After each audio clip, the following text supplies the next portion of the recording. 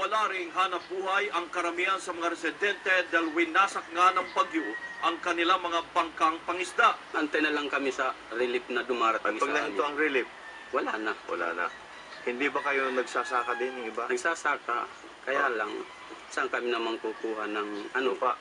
Hindi, may lupa kami. Oh. Yung gagastusin ba, yung pinansyal. Yung assistant. binhi, mga Oo. ganun, fertilizer.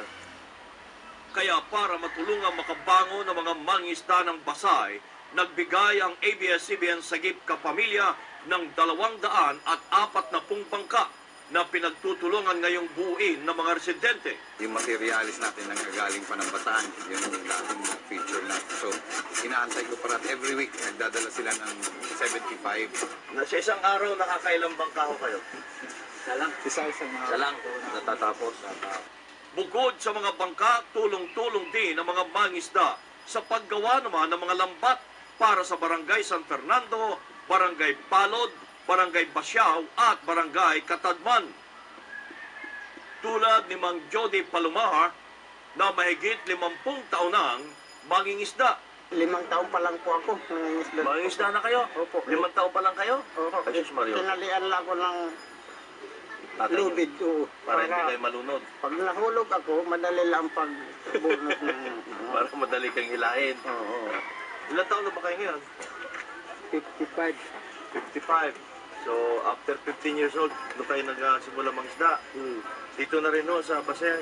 Oo. Ilan ang anak nyo? 8. Masipag. Masipag yun. Bali, bawat isang mangingisda, bibigyan natin ng 2. So, ito ngayon, nasa 240 pieces. Maging ang mga kababaihan sa barangay ay tumutulong rin sa paglalagay ng pataw na nagsisilbing floater o pampalutang sa mga lambat. So, nung bumagyo, nagkawalaan yung mga bangos. So, marami kayo nahuli. Ngayon, wala na. Wala nang bangos. Nakisa na rin sa paggawa ng mga lambat at bangka ang mga dating gumagamit ng dinamita sa pangisda gaya ni Romulo Ocor at Achim Rigahal. Kasabay ang kanilang pangako na hindi na ulitin ang pagda-dynamite fishing. Bakit kayo nagdesisyon na huminto na sa pagdidinamita? Kasi po, mula nang dumating itong bagyong Yolanda, nawalan na po kami ng mga kalikasan, mga panghanap buhay.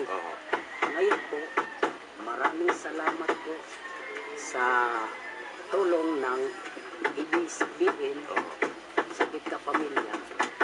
Kasi po, binigyan po kami ng panibagong hanap buhay.